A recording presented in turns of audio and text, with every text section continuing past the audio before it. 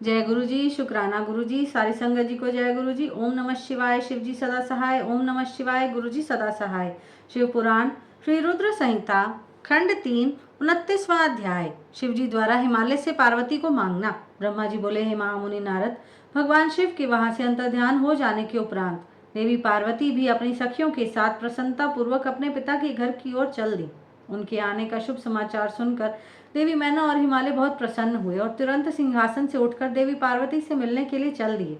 उनके सभी भाई भी उनकी जय जयकार करते हुए उनसे मिलने के लिए आगे चले गए। देवी पार्वती अपने नगर के निकट पहुंची। वहां उन्होंने अपने माता पिता और भाइयों को नगर के मुख्य द्वार पर अपना इंतजार करते पाया। वे अत्यंत हर्ष से विभोर होकर उनका स्वागत करने के लिए खड़े थे। पार्वती ने हाथ जोड़कर उन्हें प्रणाम किया। हिमालय और मैना ने अपनी पुत्री को अनेकानेक आशीर्वाद देकर गले से लगा लिया। भाव विवल होकर उनकी आंखों से आंसू टपकने लगे। सभी उपस्थित लोगों ने उनकी मुक्त हृदय से प्रशंसा की। वे कहने लगे कि पार्वती ने उनके कुल का उद्धार किया है और अपने मनोवांछित कार्य की सिद्धि की है। इस प्रकार सभी प्रसन्न थे और उनकी प्रशंसा करते हुए नहीं थक रहे थे। लोगों ने सुगंधित पुष्पों, चंदन एवं अन्य सामग्रियों से देवी पार्वती का पूजन किया।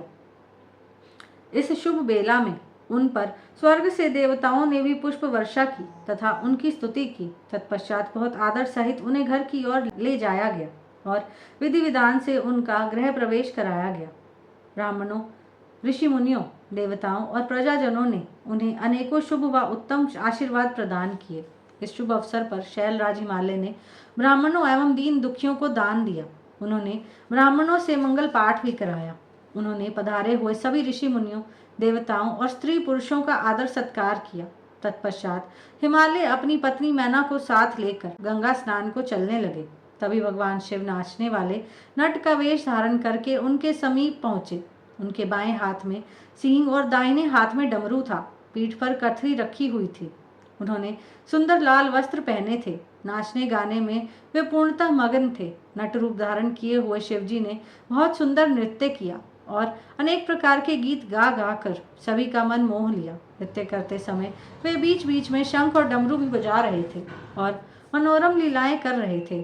उनकी इस प्रकार की मन को हरने वाली लीलाएं देखने के लिए पूरे नगर के स्त्री पुरुष, बच्चे बूढ़े वहां आ गए। नट रूपी भगवान शिव को नृत्य करते हुए देखकर और उनका गाना सुनकर सभी मंत्रमुग्ध हो गए। परंतु देवी पार्वती से भला यह कब तक छिपता। उन्होंने मन ही मन अपने प्रिय महादेव जी के साक्षात दर्शन कर लिए। शिव जी का रूप ही अलौकिक है। उन्होंने पूरे शरीर पर विभूति मल रखी थी और उनके शरीर पर त्रिशूल बना हुआ था। गले में हड्डियों की माला पहन रखे थे।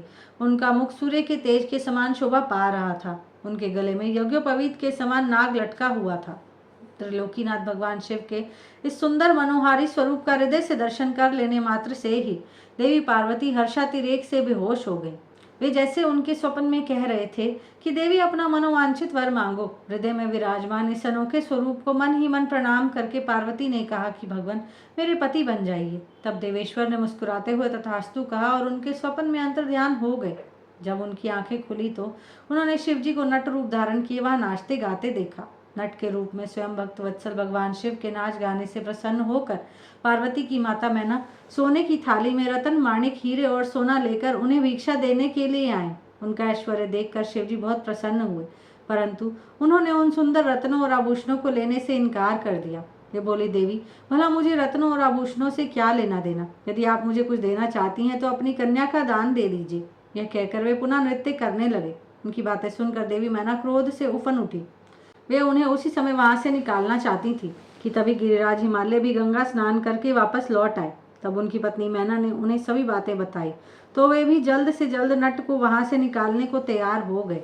उन्होंने अपने सेवकों को नट को बाहर निकालने की आज्ञा दी, परंतु यह असंभव था। वे साक्षात शिव भले ही नट का रूप धारण किए हुए थे, परंतु उनका शरीर अद्भुत तेज से संपन्न था और वे परम तेजस्वी दिखाई दे रहे थे। उन्हें उठाकर निकाल फेंकना तो दूर की बात है, उन्हें तो छूना भी कठिन था। तब उन्होंने मैना हिमालय को अनेक प्रकार की लीलाएं रचकर दिखाई। नट ने तुरंत ही श्री हरि विष्णु का रूप धारण कर लिया। उनके माथे पर किरीट, कानों में कुंडल और शरीर पर पीले वस्त्र अनोखी शोभा पा रहे थे। उनकी 4 भुजाएं थी।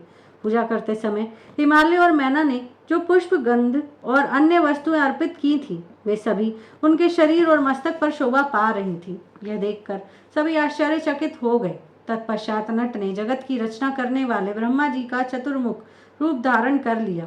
उनका शरीर लाल रंग का था और वे वैदिक मंत्रों का उच्चारण कर रहे थे। उन सभी ने उस नट भक्त वत्सल भगवान शिव के उत्तम रूप को देखा। उनके साथ देवी पार्वती भी थी। वे रुद्र रूप में मुस्कुरा रहे थे। उनका वह स्वरूप अत्यंत सुंदर और मनोहारी था। उनकी ये सुंदर लीलाएं देखकर सभी आश्चर्यचकित रह गए थे और परम आनंद का अनुभव कर रहे थे। तत्पश्चात पुनः एक बार नट रूपी शिवजी ने मैना हिमालय से उनकी पुत्री का हाथ मांगा और अन्य भिक्षा ग्रहण करने से इनकार कर दिया, परंतु शिवजी की माया से मोहित हुए गिरिराज हिमालय ने उन्हें अपनी पुत्री सौंपने से मना कर दिया। बिना कुछ भी लिए वह नट वहां से अंतर्ध्यान हो गया। वे सोचने लगे कि शायद वे स्वयं शिव ही थे, जो स्वयं यहाँ पधार कर हमारी कन्या का हाथ मांग रहे थे और हमें अपनी माया से छलकर अपने निवास कैलाश पर वापस चले गए हैं। यह सोचकर हिमालय और मैना दोनों ही एक पल को बहुत प्रसन्न हुए, परंतु अगले ही पल यह सोचकर उदास हो गए कि हमने स्वयं साक्षात शिवजी को बिना कुछ दिए और उनका आदर सम्मान किए बिना ही खाली हाथ अपने द्वार से लौटा दिया। वे अत्यंत व्याकुल हो उठे। यहीं पर शिव पुराण श्री रुद्र संहिता खंड 3 29वां अध्याय समाप्त होता है। जय गुरु जी।